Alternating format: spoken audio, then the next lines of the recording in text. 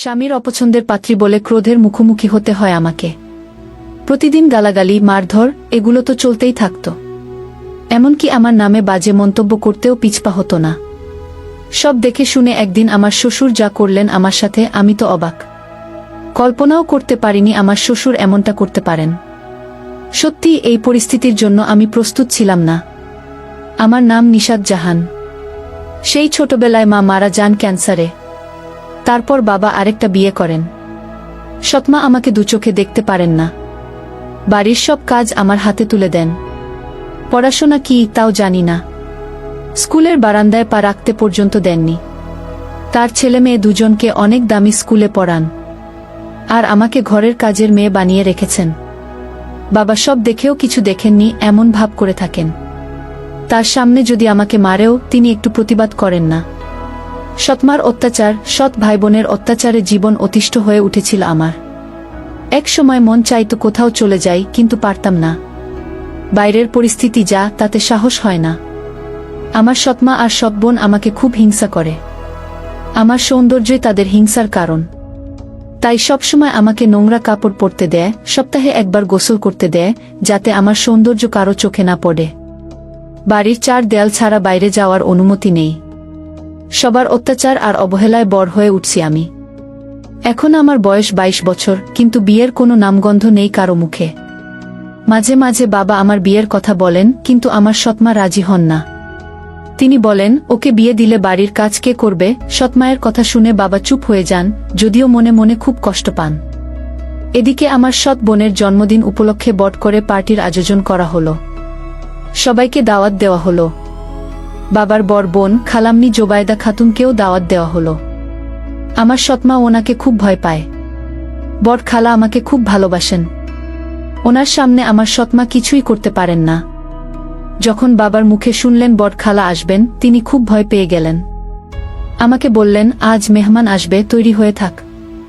সেদিন বড় খালা একা আসেননি, সাথে খালু এবং উনার দেবর এসেছিলেন। দেবরের নাম মোশাররফ হোসেন। খালারা 3 ভাই। খালু সবার বড়। খালাকে দেখে আমি কাছে গিয়ে সালাম করি। খালা আমাকে জড়িয়ে ধরে বললেন, সালাম করতে হবে না, আমার বুকে আয়। কতদিন পরে দেখলাম তোকে, কেমন আছিস? আমি বললাম, ভালো, আপনি কেমন আছেন? খালা বললেন, ভালো। তারপর আমি বড় খালু এবং ছোট খালুকে সালাম করলাম।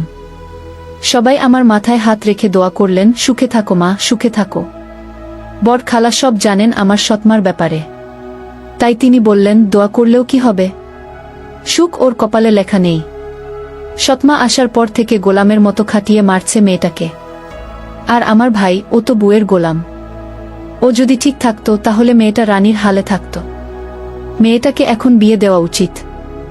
ওদের কোনো চিন্তাধারা আছে? আরও অনেক কিছু বললেন বড় খালা। সব কথা মনোযোগ দিয়ে শুনছিলেন ছোট খালু। সেদিন জন্মদিনের অনুষ্ঠান ভালোভাবেই হলো। সবাই যার যার বাড়িতেও চলে গেল। একদিনের জন্য ভালো পোশাক, ভালো খাবার নসিব হয়েছিল। তারপরের দিন থেকে আগের মতো চলতে থাকে। ওদিকে বড় খালার দেবর আমার কথা তুললেন ওনার বড় ছেলের জন্য। খালা বললেন, দেখ ভাই, আমার ভাইঝি মেয়ে হিসেবে ভালো, দেখতেও খুব সুন্দরী, তবে পড়াশোনা জানে না। কোথায় তোর ছেলে MA পাস? ও কি মূর্খ মেয়েকে বিয়ে করবে? মোশাররফ হোসেন বললেন, ভাবি, তুমি তো জানো আমার 2 ছেলে আমার কথা মেনে চলে। মেয়ে পড়াশোনা না জানুক, তাতে আমার কোনো আপত্তি নেই। মেয়েটা আমার পছন্দ হয়েছে, ওকেই আমার ছেলের বউ বানাব। খালা বললেন, ঠিক আছে, আমি ভাইয়ের সাথে কথা বলে দেখি, তারপর তোমাকে জানাচ্ছি। এরই মধ্যে কয়েকদিন কেটে গেল। একদিন খালা আমাদের বাড়িতে এলেন। বাবার সাথে আমার বিয়ের ব্যাপারে কথা বললেন। বাবা শুনে আপত্তি না করে রাজি হয়ে গেলেন। এদিকে আমার সৎমা বিয়ের কথা শুনে মনে মনে জ্বলছে, কিন্তু খালার জন্য কিছু বলতে পারছে না। তারপর আমার বিয়ে ঠিক হলো। ছেলের নাম ফরহাদ আহমেদ। দেখতে মোটামুটি ভালো, তবে জেদি এবং অহংকারী টাইপের। আমি পড়াশোনা জানি না বলে প্রথমে বিয়েতে অমত করেছিল, কিন্তু বাবার ভয়ে রাজি হয়ে গেল। এদিকে আমি মনে মনে খুব খুশি হলাম। অন্তত এখান থেকে গেলে একটু শান্তিতে থাকতে পারবো, এই আশা বুকে বেঁধে স্বপ্ন দেখতে থাকি। একসময় বিয়ের দিন চলে এলো। আজ আমার বিয়ে।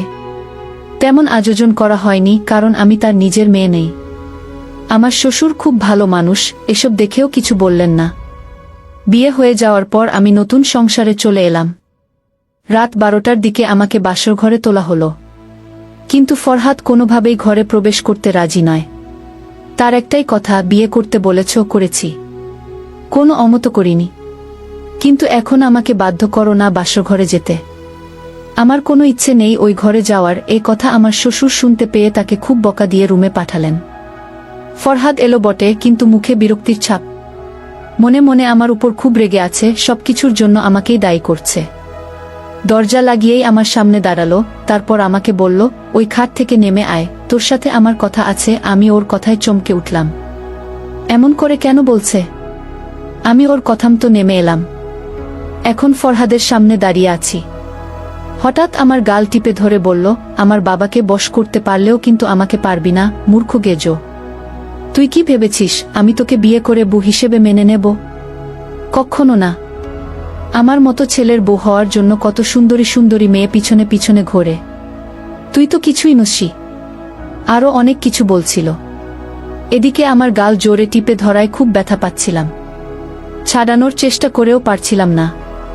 কিছুক্ষণ পর ছেড়ে দিয়ে বলল, ইচ্ছে করছে তোকে ঘর থেকে লাথি মেরে বের করে দেই, কিন্তু বাবার জন্য পারছি না।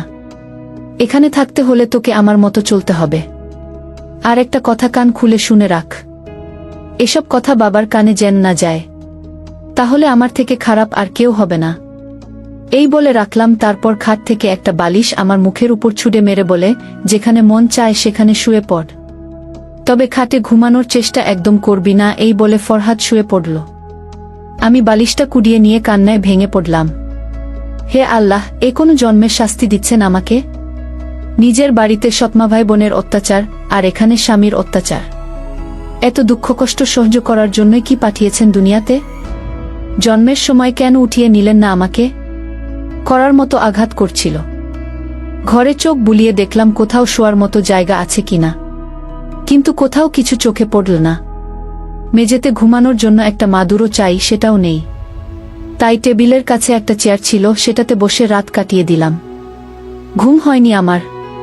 সারারাত ফরহাদের কথাগুলো কলিজায় ফালি ফালি করার মতো আঘাত করছিল।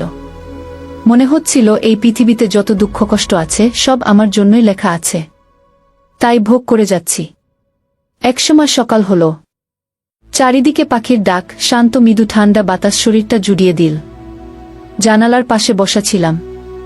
তার একটা কপাট খোলা ছিল। রাতে আসার কারণে বাইরের দৃশ্য উপভোগ করতে পারিনি। এখন চোখ পড়তেই বুঝতে পারলাম বাইরের দৃশ্যটা আমাদের ওখান থেকেও খুব সুন্দর। বাড়ির ভিতরে নানান রকমের ফুলের বাগান, চারপাশে বড় বড় গাছ। পরিবেশটা দেখে মনটা জুড়িয়ে গেল। উঠে ফ্রেশ হয়ে নিলাম।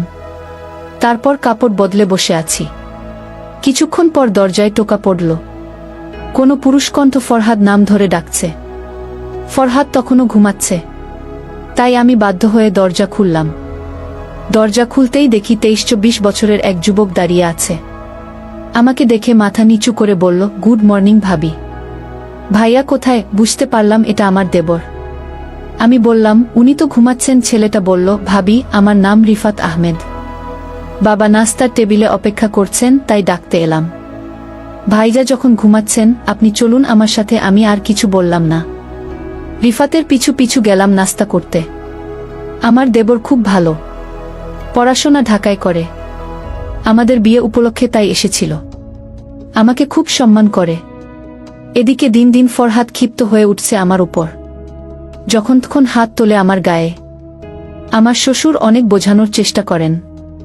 ফরহাদ বাবার কথা পাত্তা দেয় না। আগে এমন ছিল না। আমাকে বিয়ে করার পর থেকে এমন বেপরোয়া হয়ে গেছে। এর জন্য নিজেকে দায়ী মনে হয়। মাঝে মাঝে এমন বাড়িতে আসে 2-1 সপ্তাহ ছুটি নিয়ে। ঢাকায় পড়াশোনা করার কারণে সব বন্ধু ঢাকায়। এখানে তেমন বন্ধু নেই ওর, তাই বেশিরভাগ সময় বাড়িতে থাকে। রিফাত প্রায় সময় দেখত আমাকে মারছে ফরহাদ। মাঝে মাঝে ছাড়ানোর জন্য এগিয়ে আসত। বেচারা রিফাত ছাড়াতে এসে ভাইয়ের হাতে মার খেত। আমি অনেকবার বারণ করেছি। রিফাত বলে, ভাবি, চোখের সামনে আপনাকে মারছে, কি করে না গিয়ে থাকি বলুন তো? এভাবে চলতে থাকে প্রায় 2 বছর। একদিন রাতে খুব বৃষ্টি হচ্ছিল। ফরহাদ বাসা ছিল। পরীক্ষার কারণে ঢাকায় যায়নি। বৃষ্টির কারণে আমার শ্বশুর খাবার খেয়ে তাড়াতাড়ি শুয়ে পড়লেন। 10টার দিকে ফরহাদ খেয়ে শুয়ে শুয়ে মোবাইল দেখছে। কি দেখছে জানি না, তবে ওর চেহারা দেখে লক্ষণ ভালো মনে হলো না। মনে হচ্ছে খারাপ কিছু দেখছে ফোনে। এমনিতেই তো আমার সাথে কথা বলে না, তাই আমি জিজ্ঞেস করার প্রয়োজন বোধ করিনি। নিজে মাদুর পেতে শুয়ে পড়লাম। সারাদিন কাজ করার ফলে শরীর ক্লান্ত লাগছিল, তাই চোখ বন্ধ করে ঘুমানোর চেষ্টা করছি। ধীরে ধীরে ঘুমের রাজ্যে হারিয়ে যাচ্ছি। হঠাৎ কেউ একজন ঝাঁপিয়ে পড়ল আমার উপর। ব্যাপারটা কি ঘটল বুঝতেই পারলাম না। শুধু এটুকু বুঝতে পেরেছি কেউ আমার সাথে ধস্তাধস্তি করছে। কাঁচা ঘুম ভেঙে যাওয়াতে মনমেজাজ খুব খারাপ ছিল। জোরে ঝাঁপিয়ে পড়ার কারণে বুকে খুব ব্যথা পেয়েছি, খুব যন্ত্রণা হচ্ছে। কিছুক্ষণ সময় লেগে গেল বুঝতে কে এমন করছে। সারা ঘর অন্ধকার ছিল। আমি জোরে ধাক্কা মেরে ফেলে দিয়ে বললাম, কে? ফরহাদ নিজেকে সামলে নিয়ে বলল, আমি। আমার আর বুঝতে বাকি রইল না। ফরহাদ এমন করছে আমার সাথে, কিন্তু কেন? আমাকে বললেই তো পারত আমি ওর বিবাহিতা স্ত্রী, আমার সবকিছু ওর। তাহলে জোরজবরদস্তি করার কি প্রয়োজন? আর ভাবার সুযোগ পেলাম না। ফরহাদ আবার ঝাঁপিয়ে পড়ল আমার উপর। ওর প্রতিটি স্পর্শ যন্ত্রণাদায়ক মনে হচ্ছিল। সারা রাত পশুর মতো বারবার নিষ্পেষণ করেছে আমাকে। বাধা দিতে চেয়েছিলাম অনেকবার, কিন্তু পেরে উঠিনি। যতবার বাধা দিয়েছি ততবার ওর লোহার মতো হাতের থাপ্পড় খেয়েছি। তাতে আমার ঠোঁট ফেটে গেছে, 2 গালে আঙুলের দাগ স্পষ্টভাবে ফুটে উঠেছে। ভোরের দিকে ছেড়ে দিল। একটা মানুষ নিজের ক্ষুধা নিবারণের জন্য এতটা অমানুষ হতে পারে, তা ওকে দেখে বুঝলাম। নিজের চাহিদার নেশায় এতটাই মগ্ন ছিল যে ও বুঝতেই পারেনি কি করেছে। সকালে অনেক কষ্টে উঠে ফ্রেশ হয়ে নিলাম। সারা বাড়ির কাজ আমাকেই করতে হবে। আমার শ্বশুর আমাকে লক্ষ্য করলেন। আমার মুখ দেখে তিনি বুঝে গেলেন কাল রাতে নিশ্চয়ই আমাকে মেরেছে ফরহাদ। ফরহাদকে ডেকে খুব বকা দিলেন। এই 2 বছরের মাথায় স্বামীর অত্যাচার হোক কিংবা ভালোবাসা হোক, একদিনেই নসিব হয়েছিল। মাসখানেক পর বুঝতে পারলাম আমি গর্ভবতী। ততদিনে রিফাত বাড়িতে চলে এসেছে পরীক্ষা শেষ করে। মনে মনে ভেবে নিলাম রাতে ফরহাদকে বলবো, নিশ্চয়ই ও খুশি হবে। হয়তোবা বাচ্চার জন্য নিজেকে পরিবর্তন করবে। রাতে ফরহাদ খাটে শুয়ে মোবাইল দেখছিল। আমি বললাম, একটা কথা বলার ছিল আপনাকে। ফরহাদ আমার দিকে না তাকিয়ে বলল, কি বলবি? তাড়াতাড়ি বল। এত বাহানার দরকার নেই। আমি ইতস্তত করে বললাম, আমি গর্ভবতী। আপনার বাচ্চার মা হতে চলেছি। কথাটা মুখ থেকে শেষ হতে দিল না। খাট থেকে লাফিয়ে উঠে ফরহাদ বলল, কি বললি? তুই গর্ভবতী? তা কি করে সম্ভব? বিয়ে হওয়ার পর থেকে আমি তোকে ছুঁয়েও দেখিনি। হ্যাঁ, হয়তো একদিন আমি নিজেকে কন্ট্রোল করতে না পেরে তোর সাথে সঙ্গম করেছি। একদিনের মিলনে কেউ কি গর্ভবতী হয়? এবার আমার চুলের মুঠি ধরে বলল, সত্যি করে বল। কার বাচ্চা পেটে নিয়ে আমার বাচ্চা বলছিস? কার সাথে নষ্টামি করেছিস? বাইরে তো যেতে পারিস না, তাহলে নিশ্চয়ই ঘরে কাউকে ডেকেছিস। সত্যি করে বল, এ বাচ্চার বাপকে? আচ্ছা, এমনটা নয় তো তুই আমার ছোট ভাইয়ের সাথে ফষ্টিনষ্টি করছিস? সারাদিন আমি অফিসে থাকি, বাবা অসুস্থ, সারাদিন রুমে বসে থাকে। বাড়িতে তুই আর আমার ভাই। কোথাও এমনটা না তো ওর সাথে তোর অবৈধ সম্পর্ক আছে? আমার তো মনে হচ্ছে এ বাচ্চার বাপ রিফাত। সত্যি করে বল পোড়ামুখী, কোথায় গিয়ে মুখ পড়েছিস? এই বলে আমাকে খুব মারল। শেষমেশ প্যান্টের বেল্ট খুলে আরও মারল। এদিকে আমি মেঝেতে লুটিয়ে পড়ে আর মেরো না বলে চিৎকার করে যাচ্ছি।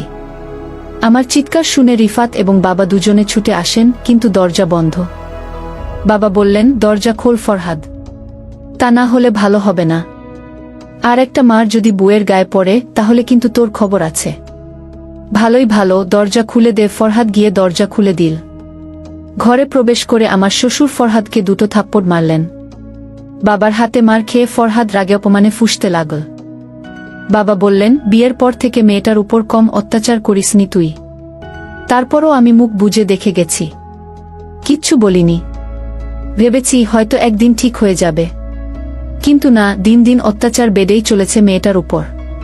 তুই কি মানুষ না জানোয়ার? বাবার কথায় আর চুপ থাকতে পারল না ফরহাদ। সে বলল, বাবা তুমি জানো না ও কি কাণ্ড করেছে? জানি না কার সাথে অবৈধ সম্পর্ক করে গর্ভবতী হয়েছে, কার বাচ্চা পেটে নিয়ে আমার বাচ্চা বলছে। বিয়ে হয়েছে পর্যন্ত আমি ওর সাথে শারীরিক সম্পর্ক করিনি, আর এখন বলছে ওই বাচ্চার বাপ নাকি আমি। আমার তো মনে হচ্ছে রিফাতের সাথে ওর অবৈধ সম্পর্ক আছে। এই বাচ্চার বাপ রিফাত হবে। ফরহাদের কথায় ঘরের ভেতর বিষণ্ণতা নেমে এলো। কারো মুখে কোনো কথা নেই। রিফাত লজ্জায় মাথা উঁচু করে দাঁড়াতে পারছে না। রিফাতের চোখ দিয়ে টপটপ করে অশ্রু গড়িয়ে পড়ছে। আর মনে মনে ভাবছে, ভাইজা এটা কি করে বলতে পারল? ভাবিকে আমি কখনোই খারাপ চোখে দেখিনি। অবৈধ সম্পর্ক তো অনেক দূরের কথা। উনাকে আমি সম্মান দিয়েই এসেছি সবসময়। ভাইয়ার ব্যাপারে উনাকে অনেক বুঝিয়েছি। আর ভাইয়া কিনা আমার নামে এত বড় অপবাদ দিল। সত্যি বলেন প্রবীণরা, যার জন্য করি চুরি সেই বলে চোর। হায়রে দুনিয়া! এদিকে আমি লজ্জায় মাথা উঁচু করতে পারছি না। আমার শ্বশুর পাথরের মূর্তির মতো দাঁড়িয়ে কোনো প্রতিউত্তর করছেন না। বাবা কিছু বলছেন না দেখে ফরহাদ আরও প্রশ্রয় পেয়ে বলল, আমি জানতাম এ মেয়েটা খারাপ, তাই তো বিয়ে হচ্ছে না। সৎমা এমনি ওকে মারত না, খারাপ দেখেই মার খেত। জানি না বিয়ের আগে কতজনের সাথে মেলামেশা করেছে, তার কোনো পাত্তা নেই। এমন মেয়েকে ঘোল ঢেলে মাথা কামিয়ে বের করে দেওয়া উচিত। এবার আমি আর চুপ থাকতে পারলাম না। উঠে এসে কষে একটা থাপ্পড় মারলাম ফরহাদের গালে। তারপর বললাম, এতক্ষণ ধরে শুনে যাচ্ছি একটার পর একটা অপবাদ দিয়েই যাচ্ছেন। কেন? আমি কি মানুষ নই? আমার শরীরে কি রক্তমাংস নেই? সেদিন রাতে কুকুরের মতো ঝাঁপিয়ে পড়ে আমার এই শরীরটাকে ছিঁড়ে ছিঁড়ে খেয়েছেন। পশুর মতো আচরণ করেছেন সারা রাত। বাধা দেওয়াতে থাপ্পড় মেরে রক্তাক্ত করেছেন আমাকে। এত তাড়াতাড়ি ভুলে গেলেন মাসখানেক আগের কথা? আমার এই পরিস্থিতি দেখে বাবা আপনাকে খুব বকেছিলেন, মনে নেই? আমার শ্বশুরের মনে পড়ে গেল সব কথা। আমি আরও বললাম, আপনার লজ্জা করে না নিজের সন্তানকে অন্যের সন্তান বলে চালাতে? যে ভাইয়ের উপর দোষ চাপাচ্ছেন সে আপনার মতো পশু নয়। মানুষকে কিভাবে সম্মান দিতে হয় অন্তত সেটা জানে সে, যেটা আপনি জানেন না। এতদিন সব অত্যাচার মুখ বুজে সহ্য করেছি, কোনো প্রতিউত্তর করিনি। এখন আপনি আমার নিষ্পাপ বাচ্চাটাকেও ছাড়ছেন না। আমার কথা পুরোপুরি শেষ হলো না। তার আগেই আমার শ্বশুর বললেন, বৌমা চুপ হয়ে যাও। তারপর ফরহাদকে বললেন, তুই বল কি চাস? ফরহাদ বলল, ওর সাথে সংসার করতে পারব না, ওকে ডিভোর্স দিতে চাই। বাবা বললেন, ঠিক আছে তাই হোক। বাবা আর ফরহাদের কথা শুনে আমি মাথায় হাত দিয়ে বসে পড়লাম। কি বলছে এরা? আমাকে ডিভোর্স দিলে আমি যাব কোথায়? বাবার বাড়িতে যেতে পারব না। সৎমা আমাকে ঘরে জায়গা দেবে না। কিছুই বুঝতে পারছি না। বাবা রিফাতকে বললেন, তুই আমার সাথে আয়। এই বলে বাবা আর রিফাত আমার খালার বাড়ি গেলেন। সেখানে তাদের মধ্যে কি কথা হয়েছে আমি জানি না। 2 দিন পর ফরহাদ আমাকে ডিভোর্স দিল। বাবা আমাকে বললেন, তোকে আমি ছেলের বউ বানিয়ে নিয়ে আসিনি, নিজের মেয়ে করেই এনেছি। আমাকে বাবা ডাকিস। সব বাবাই মেয়েদের ভালো চায়। ফরহাদ তোকে ডিভোর্স দিয়েছে, তাতে দুঃখ করিস না। তোর জন্য ভালো কিছু লিখে রেখেছেন আল্লাহ। অপেক্ষা কর। আজ থেকে তোর খালার বাড়িতে থাকবি, যতদিন না তোর ডেলিভারি হচ্ছে। ফরহাদ অস্বীকার করেছে এটা ওর সন্তান না, এটা রিফাতের সন্তান। তাই আজ থেকে এর দায়িত্ব রিফাত নেবে। বাচ্চাটা ভূমিষ্ঠ হওয়ার পর আমরা রিফাতের সাথে তোর বিয়ে দেব। বাবা রিফাতের দিকে তাকিয়ে বললেন, তো কোনো আপত্তি আছে? রিফাত আমার দিকে তাকিয়ে বলল, দোষ না করেও যখন দোষী হয়েছি তাতে আমার কোনো আপত্তি নেই। আমি রাজি আছি আপনাদের কথায়। আমি অবাক হয়ে রিফাতের দিকে তাকিয়ে আছি। কি বলছে? সামনে ওর উজ্জ্বল ভবিষ্যৎ, আমার জন্য কেন নষ্ট করবে? আমি চুপ করে থাকতে পারলাম না। আমি বললাম, বাবা আপনি আমাকে যা বলবেন আমি তা শুনতে রাজি, কিন্তু এই বিয়ে মানতে রাজি নই। আমার জন্য রিফাতের ভবিষ্যৎ নষ্ট হয়ে যাক আমি চাই না। তাই বাবা আপনার কথা ফিরিয়ে নিন। আমার কথায় সবাই অবাক হলেও কিন্তু তাদের কথা নড়ল না। বাচ্চা ডেলিভারি হওয়ার পর রিফাতের সাথে আমার বিয়ে হবে। রিফাত বলল, আমি ওর সাথে একা কথা বলতে চাই। এই কথা শুনে সবাই উঠে চলে গেল। এখন শুধু রিফাত আর আমি বসে আছি একা ঘরে। রিফাত উঠে এসে আমার পাশে বসল। কিছুক্ষণ নীরবতা থেকে বলল, আমি জানি ভাইয়াকে তুমি অনেক ভালোবাসো, তাই আমাকে বিয়ে করতে চাইছ না। যে বাচ্চাটা ভাইয়ার সেটা এখন আমার বাচ্চা হয়ে গেছে, তাই আমি বাধ্য হয়েই তোমাকে বিয়ে করতে চাইছি না, বরং আমি সানন্দে তোমাকে বিয়ে করতে চাই। আমার কোনো আফসোস নেই। বরং গর্ব হচ্ছে যে তোমাকে একটা নতুন জীবন দিতে পারবো। সুখে শান্তিতে এক মুঠো ভাত তোমার মুখে তুলে দিতে পারবো। আর আমার বাচ্চা, আমরা দুজনে মিলে ওকে মানুষ করব। ওর কথা ভেবেও যদি হয় তাহলে বিয়েতে রাজি হয়ে যাও। রিফাতের কথা শুনে আমার চোখ দিয়ে জল পড়ছে। আমি বললাম, এটা কি করে সম্ভব? আমি তো পড়াশোনা জানি না, তুমি স্নাতকোত্তর সম্পন্ন করেছ, চাকরির জন্য আবেদন করেছ। ইনশাআল্লাহ ভালো চাকরি পেয়ে যাবে। আমার থেকেও ভালো মেয়ে পাবে তুমি। আমাকে বিয়ে করে তোমার জীবনটা নষ্ট করো না। রিফাত বলল, কে বলেছে আমি আমার জীবন নষ্ট করছি? আমি তো মনে করি তোমাকে পেলে আমি স্বর্গ হাতে পাব। তোমার মতো খাঁটি মনের মানুষ এই পৃথিবীতে আছে কিনা জানি না। জানি না ভাইয়ার কেন চোখে পড়ল না তুমি। আমি স্বেচ্ছায় এবং ইচ্ছায় তোমাকে বিয়ে করছি। তারপর রিফাত আমার হাতটা ধরে বলল, এই তোমার হাত ধরে ধরেছি, কখনো ছাড়ব না। কথা দিলাম। তারপর আমার চোখের পানি মুছে দিল। দেখতে দেখতে ডেলিভারির সময় চলে এলো। আমার ফুটফুটে একটা ছেলে হলো। সবাই খুশি। ফরহাদ তখনও নিজের বাচ্চা বলে পরিচয় দিতে চায় না। তাই আমার শ্বশুর রিফাতের সাথে আমার বিয়ে দিলেন। এতদিনে রিফাতের চাকরিও হয়ে গেছে, ভালো মাইনের বেতন। বিয়ের পর সে চাকরিতে যোগ দেয়। তাই আমাদের বাসর হয়নি। আমি বাচ্চা হওয়ার কারণে অসুস্থ ছিলাম। প্রায় 2 মাস পর ছুটি নিয়ে রিফাত বাড়িতে আসল। আজ আমাদের বাসর রাত, কিন্তু ঘর সাজানোর জন্য কেউ নেই। রিফাত নিজেই পুরো ঘর সাজাল। আজ আমি নিজে সেজেছি রিফাতের জন্য।